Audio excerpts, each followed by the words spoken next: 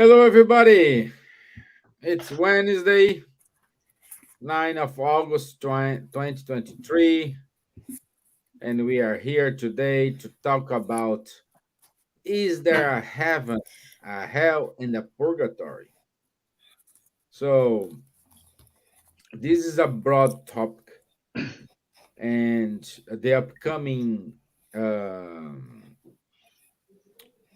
the next episodes we will play, we will kind of dive in this topic.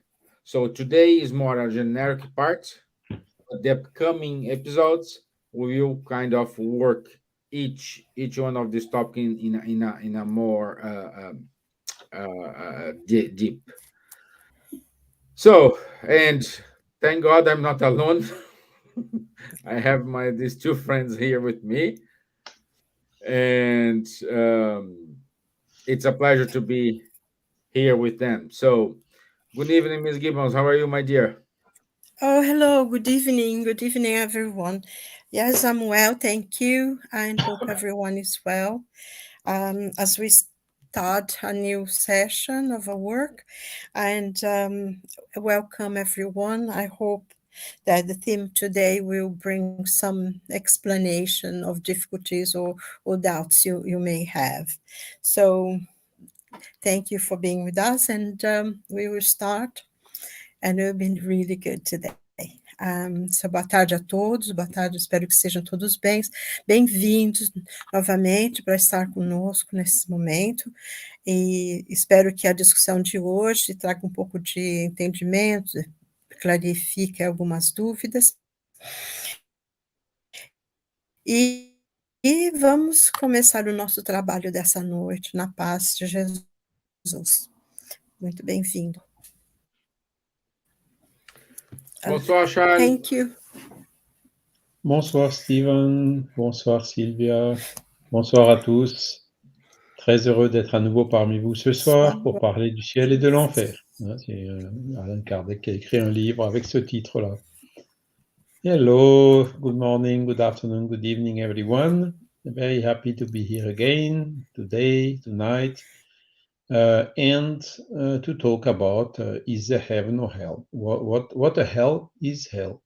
Let's see what it will be. Yeah, what the hell is hell? Good one, good one. Okay, let me show our video now, and then we can open up our discussion here.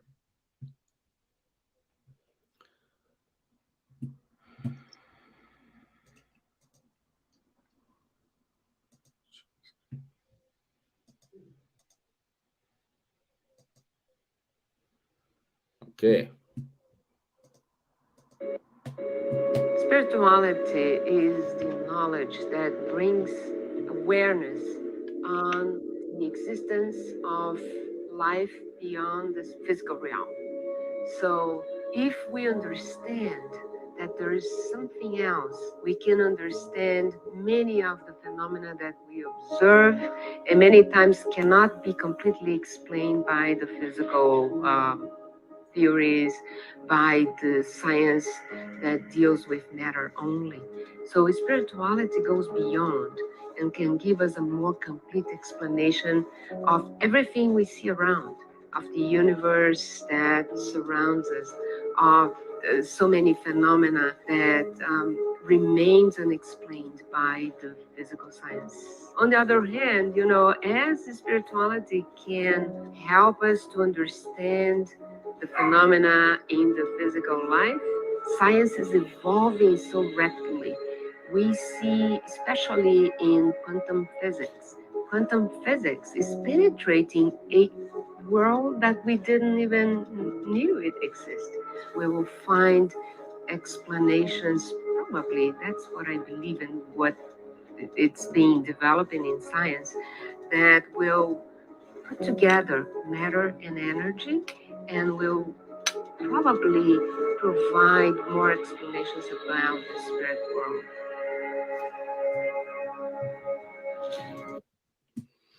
Okay. So First of all, good evening, Marco Davis. Good evening, Lou VM. Thank you for your time. Thank you for being here with us today. And my introduction for the topic today is,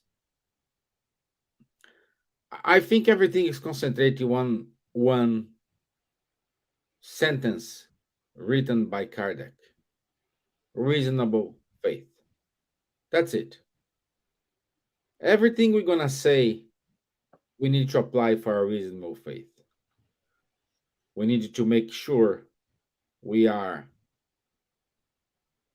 believing in something that's okay. This makes sense. Not being afraid of unknown things and histories about what we have after death. So reasonable faith, it is the key word, key sentence today, not word. These two words here will drive us in order to put our comments here based on the Deuteronomy. And this kind of the first question I will ask Charles, if he could give a simple overview to us in terms of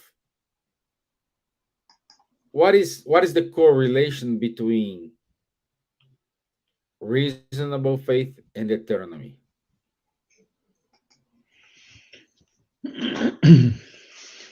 Reasonable faith is the motto of Kardec. Understand first, and you will believe later if you want to. Okay. And unshakable faith is only the one which can look to reason face to face at every epoch of the humanity. So this is the reasonable faith as defined by Kardec. And in fact, we believe more in something when we understand it. For instance, when I tell that do you believe in that the Earth and the Sun are attracting themselves? The law of gravity, basically. Do you believe in it? Yes, we believe. Why? Because we have understood how it works. We have learned it in the school. We can see the applications visually every day. Nevertheless, this law of gravity has never been explained. Sonia Doyle told in the video about quantum physics with a lot of discovery, but more fundamental things like why is the Earth or two masses are attracting themselves, nobody knows. There is no rope, no elastic, nothing between both to have this attraction. Nevertheless, we believe in it because we understand it. Okay. So the same is when you ask me, for instance, do you believe in reincarnation? I will say I believe in reincarnation as much as I believe in the law of universal attraction. Because again, it's a question of understanding.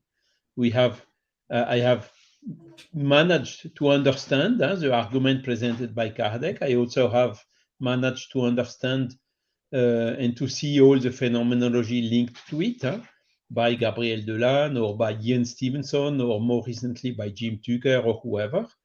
So everything is here. All the elements are converging to say, yes, reincarnation is a natural law.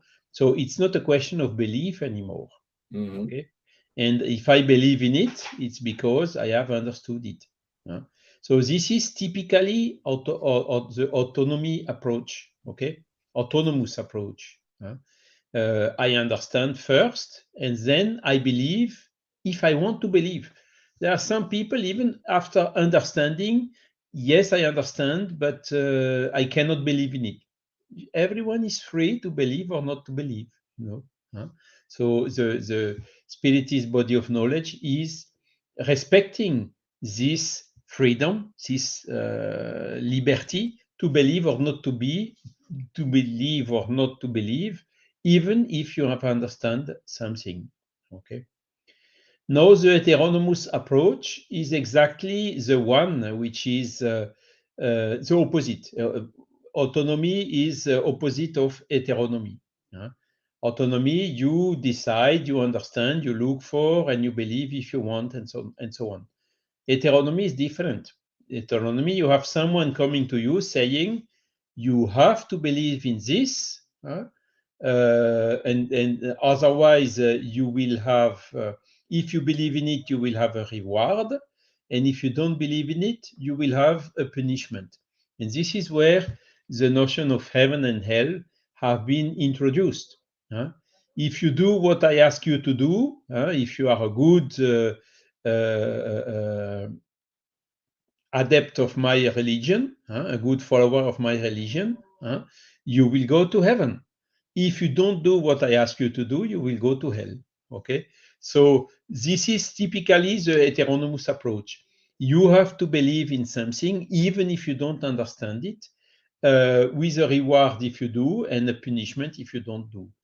And so basically, to introduce the subject, the hell and the devil are inventions from the traditional religions to make the persons, the populations afraid, and to introduce themselves as someone who will save you if you follow the rule they impose to you. You understand? And this here we are 100% fully in the heteronomous approach. So this worked during centuries, millenniums even. Why? Because the people, they either did not have the condition to think about, they did not have intellectual evolution enabling them to make some reasoning on these questions, or again a question of liberty, they didn't want to think about these things, so they went to seek for a trustable priest or another trustable person to tell them what they have to do or what they or not to do. Okay, they somehow delegated their freedom and their liberty to someone else. Okay, and this was, I think I was like this as well in my past lives, during a long time, not willing to decide or to think by myself. But we are all progressing, and there is a moment where you reach this stage where you don't accept this heteronomous approach anymore. You just come with questions. You normally ask, okay, I would like to believe in it, but I need to understand first. And when you don't get the explanation making you understand, you just take, okay, well, I will take some distance because this is not answering to my demand or to my legitimate concern. Okay, and this is exactly the point where we move out of the heteronomous approach to enter in the autonomous approach. And this is exactly the basic principle of the Spiritist body of knowledge. And this is why Allan Kardec always told, since the beginning, Spiritism is not for the people who have a belief and who are satisfied with this belief and for whom these beliefs enable them to do good and charity. Spiritism is for the people who are not satisfied by their former belief and who seek something which makes more sense, something which respects their autonomy. And so the Spiritist body of knowledge came as an answer to people seeking for this autonomous approach. And this is then, of course, why Spiritism is teaching by analyzing and with reasoning, and that we will see today, that the heaven in absolute does not exist. The same for the hell. In absolute, it does not exist. And the devil in absolute also does not exist. Okay, it makes no sense to have particularly the hell, and people condemned to live eternally in the hell without, I mean, God would not be good to do things like this for some of his of the humans. Okay, so hell exists only in a relative notion.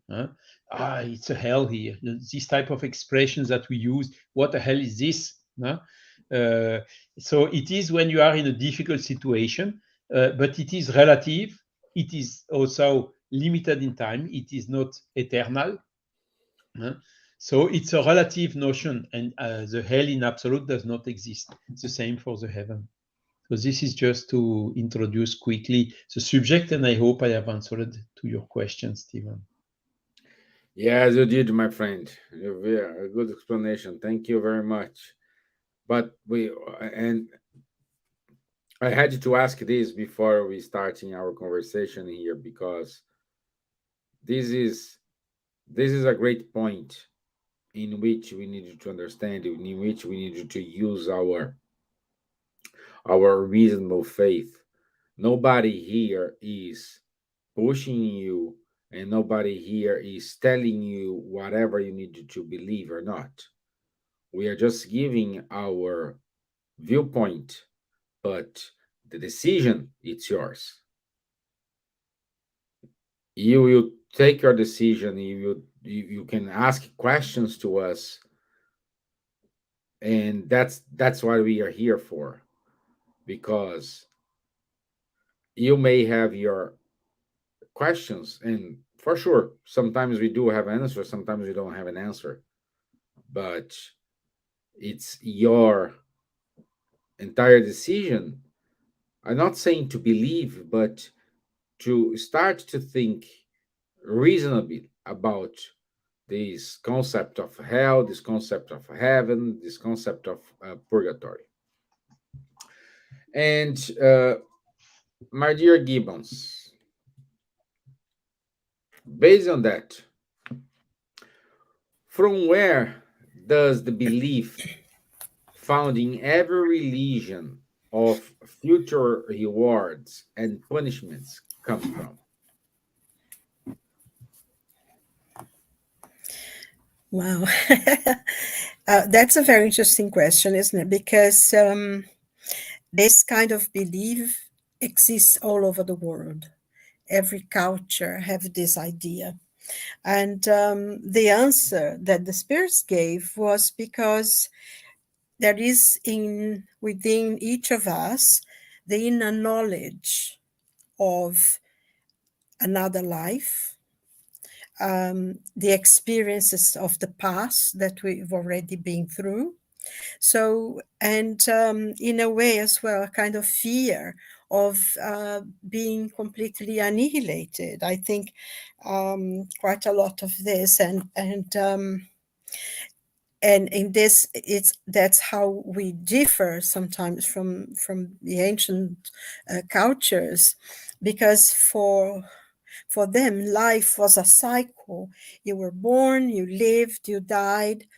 And some culture did accept the idea of reincarnation or of a coming back. It's one of the oldest beliefs, actually, the belief in reincarnation, of living again. But life was a cycle. It was. It's interesting. There is a temple, I think is in Lebanon, Baalbek. There's a very ancient temple, and they have these things like an egg, they go, it's like a circle, and that's how ancient people used to see it. But when we had the church and the way they change, to suit them, the idea of punishment and hell and of suffering, was imposed.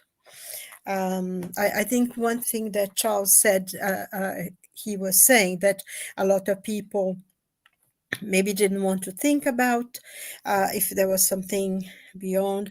But also, I think there was a lot of fear, because if you did believe what the church told you could be excommunicated. And for us now in the 21st century, this seems something funny and strange even. But if you were excommunicated, and sometimes they do this to your family, like 2-3 generations, it meant that you were put in exile. People wouldn't talk to you. You couldn't have a life. You couldn't have anything. And, meant that you would be, I think they still have that in America, when some of the people there, like you were shunned and no one would talk to you. No one would be with you. You couldn't be friends with anyone. You couldn't do business with anyone. So I think a lot of people kept quiet because they needed to survive in that world. So, and those who were, dared to say something, they were burned. They were burnt in the stake. If anybody who opposed the church, opposed the teachings of the church, they would be called heretics and they would be completely destroyed. So I think that is within us as well, not only this knowledge, but somehow a fear of that everything will disappear, will be nothing. I think, I don't know what is the hardest thing to accept, to believe really, that you are going to go to hell or purgatory or something, or that you die and that everything is completely finished. There is nothing there, and everything will be gone. And I know that a lot of people say, oh, that there's nothing beyond that, nothing at all. But I wonder if deep down, when you talk to them in a quiet, when they're not in the public eye, if they really believe that, because that would be very painful. Imagine everything that you are, everything that you fought for, everything that mean anything to you, you just disappear. And I think it's a very hard belief for those who, because there are some who completely forget the inheritance that we have as a spirit, as immortal spirit. This knowledge lives within us, that there is something beyond the physical body, there is another life, there is this intrinsic knowledge in each and every one of us. But some people still hold on to that is nothing, it's finished, it's gone. But I think that could be, a painful thing as well, to suddenly, you are, and then you are not anymore.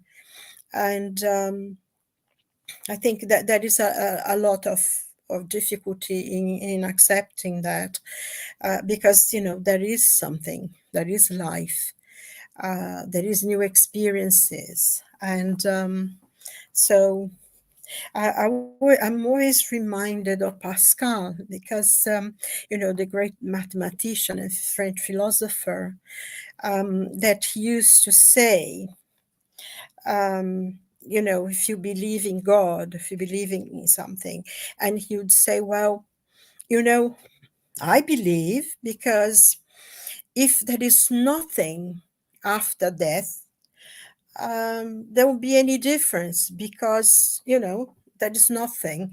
But if there is something, if there is a God, if there is a life after death, at least I'll be prepared for it, So it's easier to actually accept and believe that something beyond than not. Because, if there is nothing, there is nothing. But if there is something, at least, I'm prepared for it. And I think that's was a very clever way of putting it. So I think, it is fear of nothing, but also the understanding and the knowledge, even though sometimes we dismiss this knowledge, we pretend we don't have it, because, we like to be clever, we like to be superior, because we know more, God doesn't exist, whatever.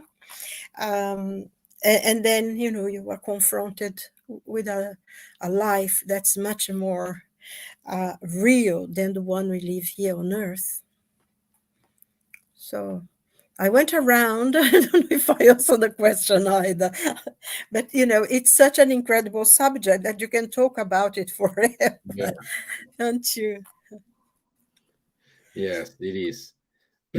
And first of all, welcome to Joana Silva and Laurie Columbus Mortarulo. So, Laurie, yes, we are recording. We are live. This is going to be recorded on Buzz, Spirit Society of Ireland, Spirit Society of Lithuania. Li- uh, yeah. And Cardiac Radio. So, this is on our Facebook and our YouTube. So, it is recorded. And also, please, I can see we do have many people here. So please, if you have any questions, please ask us. Uh, yeah, my dear, I agree with you. At the same time, we cannot condemn because this is the way the the the, the our predecessors had in terms of control everything. Like they control everything by fear. So once you put everybody in fear mode, you can control them. Uh, but this is kind of tricky because if I'm controlled by my fear and God is watching me, the question is why I'm being punished. I'm doing everything right.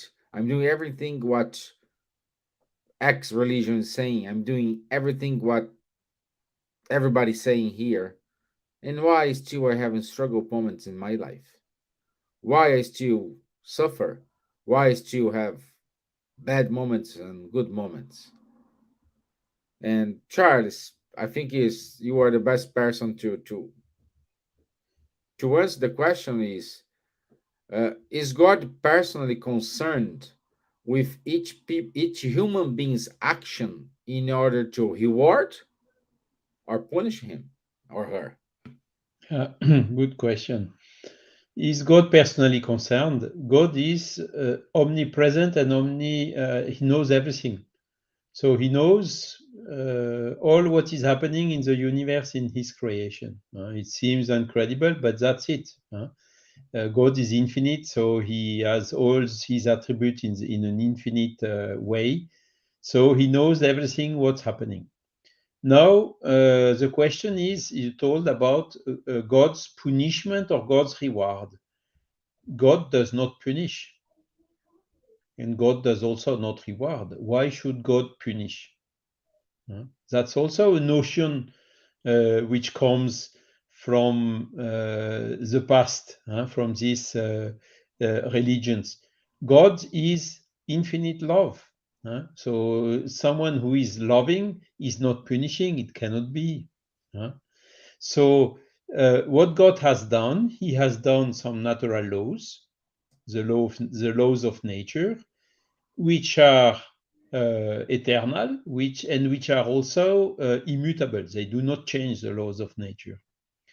So what is often said or presented as a God's punishment, and it's not a God punishment, but it is when we are doing something which is not in harmony or which infringes some law of nature or some natural law. For instance, you take a hammer and you don't care, and instead of hammering on the nail, you hammer on your finger. What's happening then? The Painful. shock, the bleeding, the nervous terminal, and so on is doing such that we will have some pain. And it may become red or blue or black, and so on. It can even, if it's too hard, have a fracture of a bone or something like that.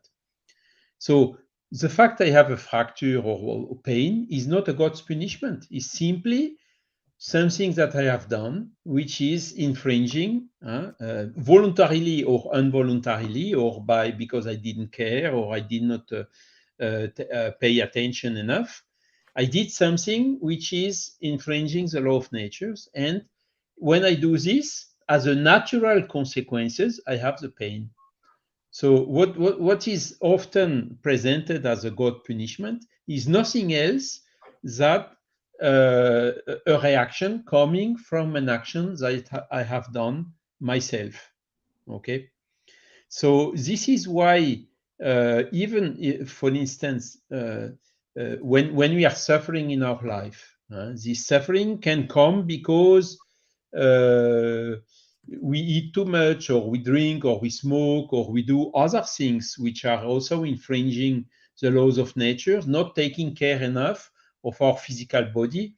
That by the way is not ours. It's just something that we have been granted during this life, and that we will have to give back the day we go back to the other side. So we have to take care of it. And if we don't take care, then of course, if you eat too much, you suffer. If you drink too much, you get ill. Or if you smoke, you get lung cancer or whatsoever. So it's also simply the action of the law of nature. And this is in this life. Okay. And if we suffer, for instance, I have seen recently a case of a child 9 months old, which has already leukemia, yeah. So this child did not do anything in this life to have leukemia, okay? Nevertheless, the child has leukemia. So if it has leukemia, it's not by lack of chance or by some mistake of God, because God does not make mistake or whatsoever.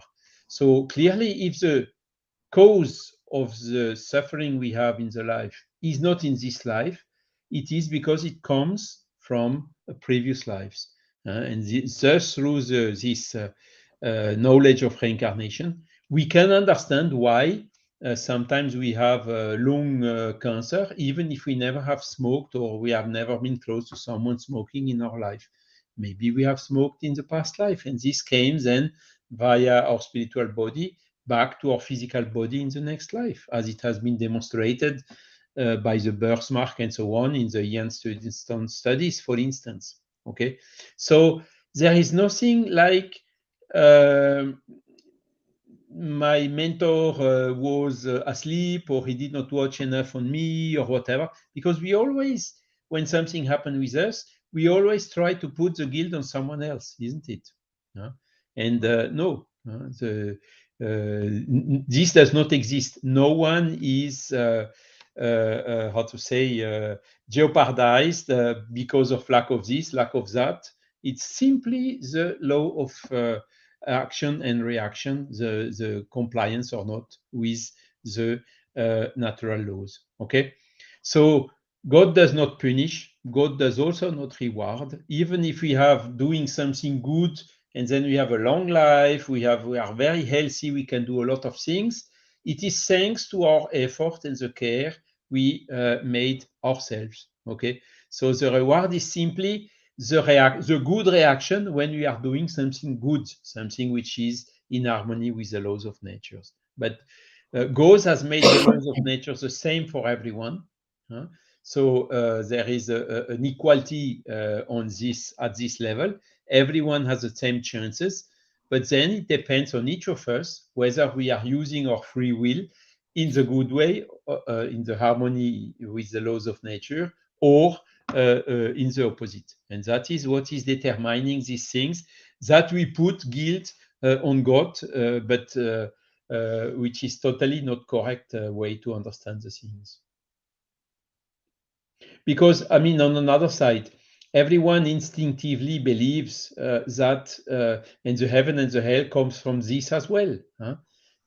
Someone who does good, everyone thinks, okay, even after the death, he will be in a good position.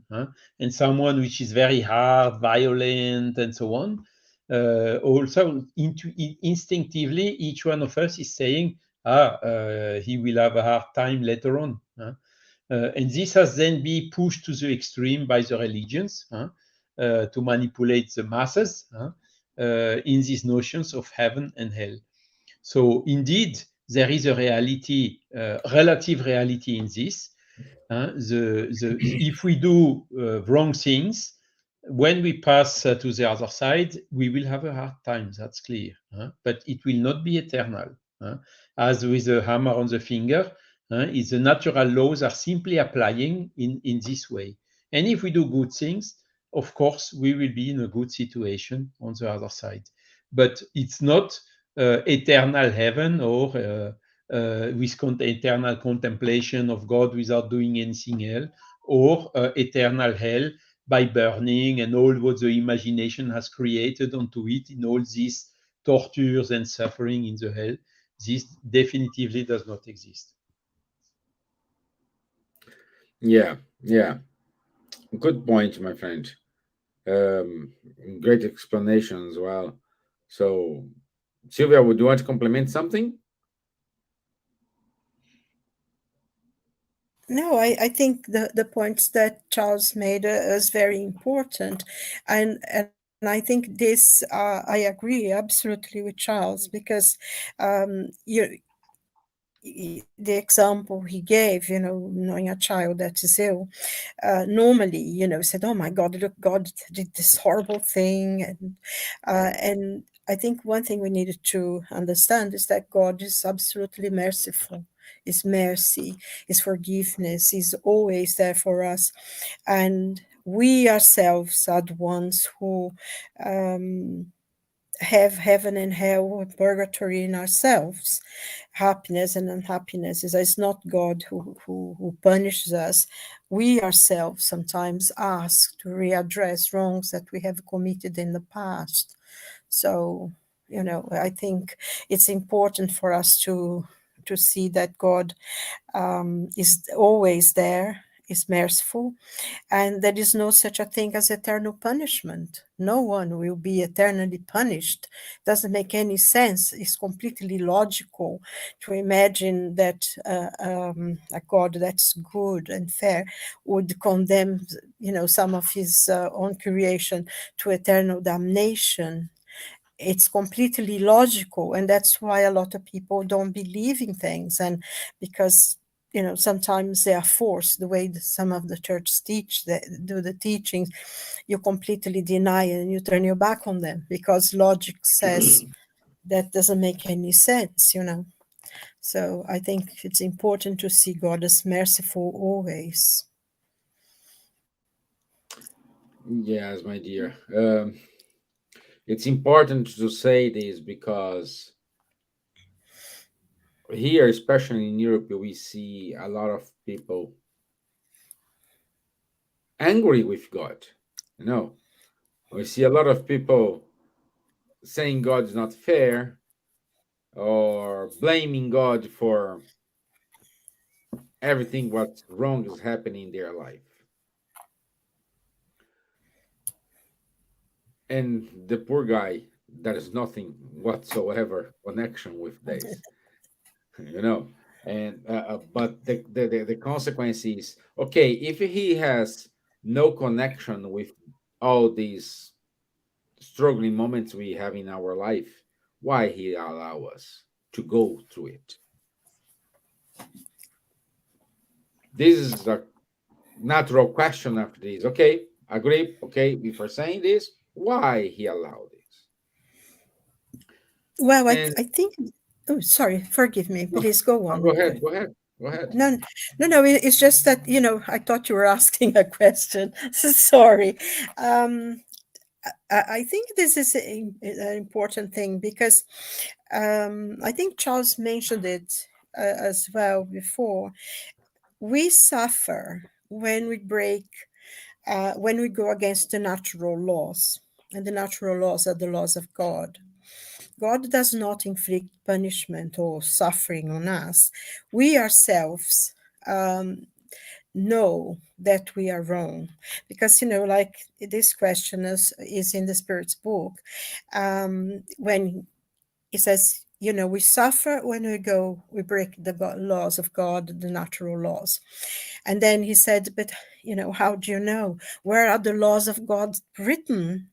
And in the Spirit's book, in verse 625, he says, 21, I think, 21, sorry.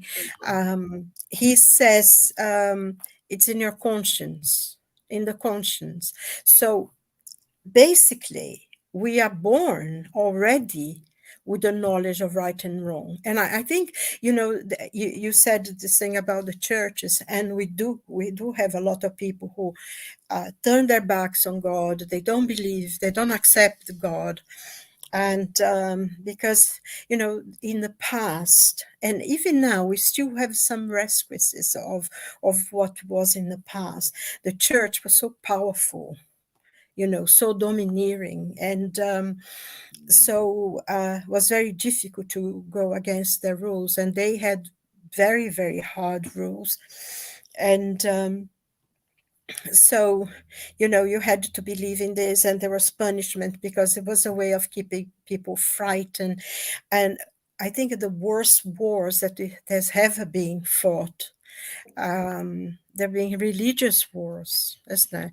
I mean, I was watching the other day about the Crusades, and it's just unbelievable, the crazy, the despair, the nightmare that the Crusades were in both sides of the coin, fighting for God and all this kind of things were terrible, and torture. And a lot of people who would not I was reading about Galileo again the other day, and how he was in prison because he dared to defy the church and say that the earth actually went around the sun, not the other way around.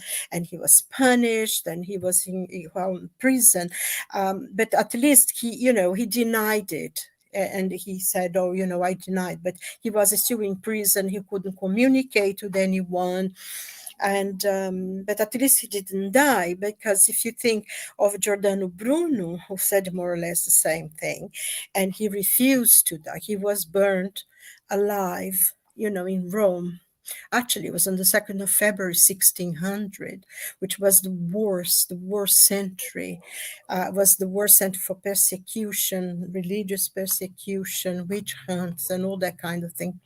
And a lot of people said that was the beginning of it, for that century. So a lot of the people who dare to say anything, they would be severely punished. Also, one of the accusations that people had was that they were heretics, and that meant destruction, complete destruction. It's just, to read about the Cathars in France, where, a lot of the things that are said about them is completely terrible. But the only thing they did was to go back to have the church as time of Christ. They followed the gospel according to St. John, and poverty, and helping one another, and love your neighbor. That's what they wanted. And they were completely destroyed. It was the only crusade that actually worked, was completed the semi-destruction of those people. And they were very religious and very faithful to God. So in a way, it's we have an inheritance in Europe, especially in many countries as well, because we know people reincarnating other places. But this religious thing is very, very against. But I think also people sometimes associate the church with God, and God is different, but because everything was done in the name of God, so we created this dislike for God. But God, is merciful. And I think sometimes we learn that uh, say for instance, a child who was born in a very difficult physical, mental situation, and we feel for them, we want to help them. People who suffer, have all difficulties, we do help them, but we have no idea because somehow we have blinkered. Um, People who are going through those situations are receiving a gift, are receiving a grace that we have no idea. Sometimes a child that is in a body that completely they cannot um, talk or hear anything, they are actually being protected from enemies that they create in the past.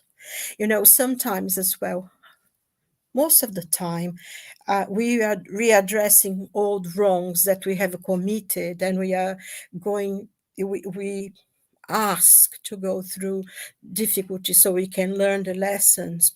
But it's not always the case. We cannot judge every case. I think that's one of the wonderful things about Spiritism, is that everything has its own merit. Everything is judged in its own,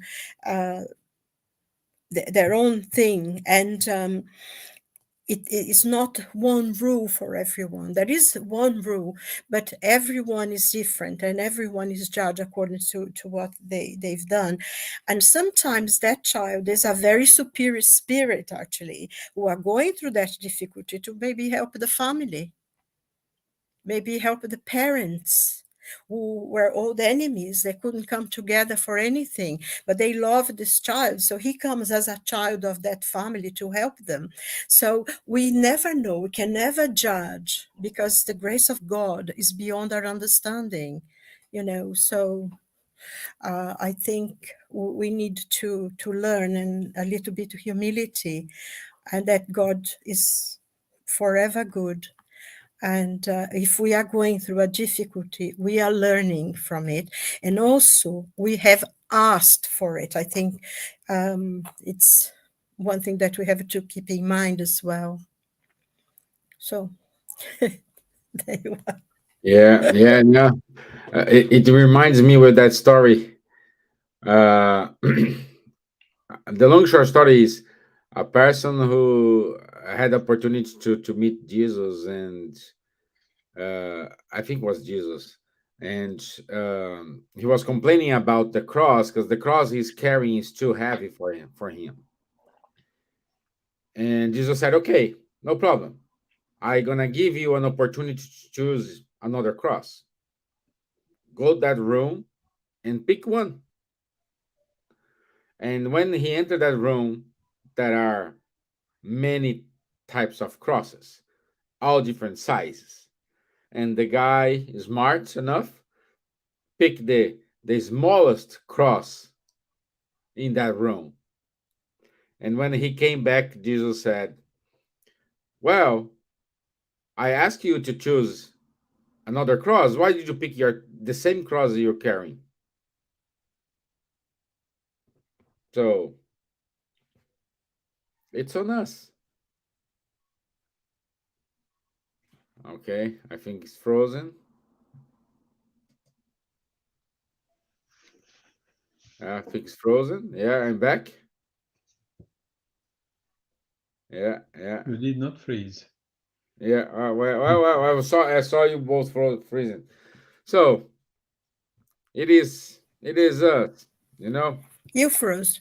Yeah, yeah.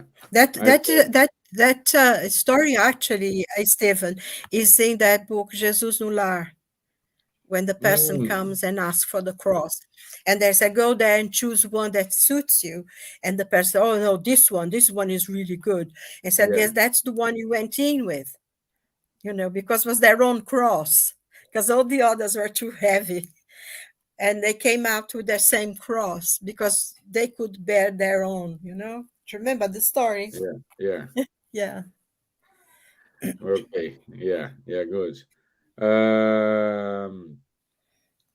Well, let's see how many minutes we left. Okay, we have 9 minutes. Oh, gosh, Yeah. already.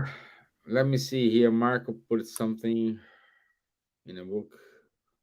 Leon Denis, probably Charles, you know this, in the book, the Leon Denis After Death. chapter of Christianism, uh, a letter wrote in 1843 by director of philosophy and Yes. science of Palermo, Italy. Yes. So this is about how to say Vatican believe in reincarnation or not. Huh? Officially, they reject it. Okay, it's not part of their belief nowadays, at least in the written official statements. But I went several times in the city of Lyon to make some conferences at that time with our dear friend Roger Perez. Huh? And the room where we did the conferences was booked to Dominican priests. So Roger invited me once to talk about reincarnation in this place. So I was a little bit stranging. Wow, the Dominicans, which are Catholic priests, they are letting us spiritists talk about reincarnation in a place they rent to us. Huh? And after so I made my talk, and after the talk, I came back and I could see the responsible Dominican and ask him, look, for me, it's a surprise to see that you Dominicans are allowing us to talk about reincarnation in your house. And his answer was really surprising to me. He told, oh, my dear, do you know that half of the students in theology, more than half of the students in theology believe in reincarnation? I say, no, I didn't know that. He thought, yes, it's a reality. Then I asked him, but why does it not become official then? Huh? Or why do the priests in the small churches in the small village always talk against reincarnation? And he talk, my dear, this is a little bit more complicated. It will take more time, but you can believe that than half of the students are already believing in reincarnation because they know the history, how it has been removed, that it was a belief for the first Christians and so on. So that's it, Marco. And Leon Denis, he detected this very early. He put it in the After Death book. And he has also another book which is extraordinary on this type of subjects, which is Christianism and Spiritism. And including, he talks a lot about heaven, hell, purgatory, which is a subject of today. By the way, we did not talk a lot about purgatory. Purgatory, to summarize, the purgatory is on earth. Mhm. It's when we are facing difficulties, having to work to survive, to eat, all the material needs, a heavy body, illnesses, and so on. This is purging us and helping us to have patience, resignation, care, love, and so on. This is where we learn. But again, the purgatory in the absolute sense of the word, it was more an invention, which has, how to say, there were a lot of abuses, financially speaking. Your beloved one was not so good, so he's probably in the purgatory. But if you pay for having, how to say, prayers for him, he may be saved from purgatory. And then it was, of course, a source of a lot of income for the churches. So that's another story. So purgatory in this way is also not, how to say, something which exists in the absolute sense. No, Mhm. actually, just following from what you're saying, what the spirit actually says is that is a physical and moral suffering. That's what purgatory is, and we do we suffer, because I think thinking about that God does not punish. It's our own conscience that will call for the mistakes we've made, and it will weigh on us. And if you regret it, but it has to be more than just regretting it. It has to be something that you want to do good, to redo whatever bad, evil things we've done in the past. So it's more or less is a moral suffering rather than a place where you go. Of course, everyone, we tend to gather together in the same mental level, so there'll be other people there. But it's a moral suffering rather than just a place to be punished, to be sent to. That's one thing to be remembered as well. Yeah. But those things are interesting, because if you think of the book of Dante, the Divine Comedy, the part of hell is huge, isn't it? It's huge, and then heaven is very, very small. It's a very small part, because of course we know more hell, don't we, than anything else. And I think I always thought, and I can imagine how much it weighs, on our own imagination, because when he goes with Virgil into hell, the door, the door of hell is Mhm. written, leave all hope those who enter, and but then they go through as well. They go through all the pain, the difficulties, and all the other things that happen. But we can tell the story another day.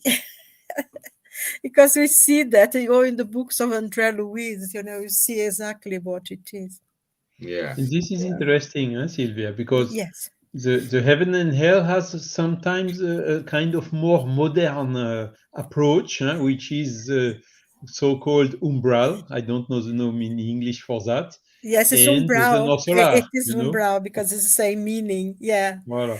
Yeah. So it's a soft version, but at the end, behind it, it's a little bit the same thing. Yes. But of But course, by spiritists, it's not used to dominate masses or manipulate the people, no. because the aim of spiritism is absolutely not to dominate anyone. It's just No. to teach and to help Yeah. our brothers and sisters in humanity to overcome the natural difficulties of their Yeah. lives. That's it.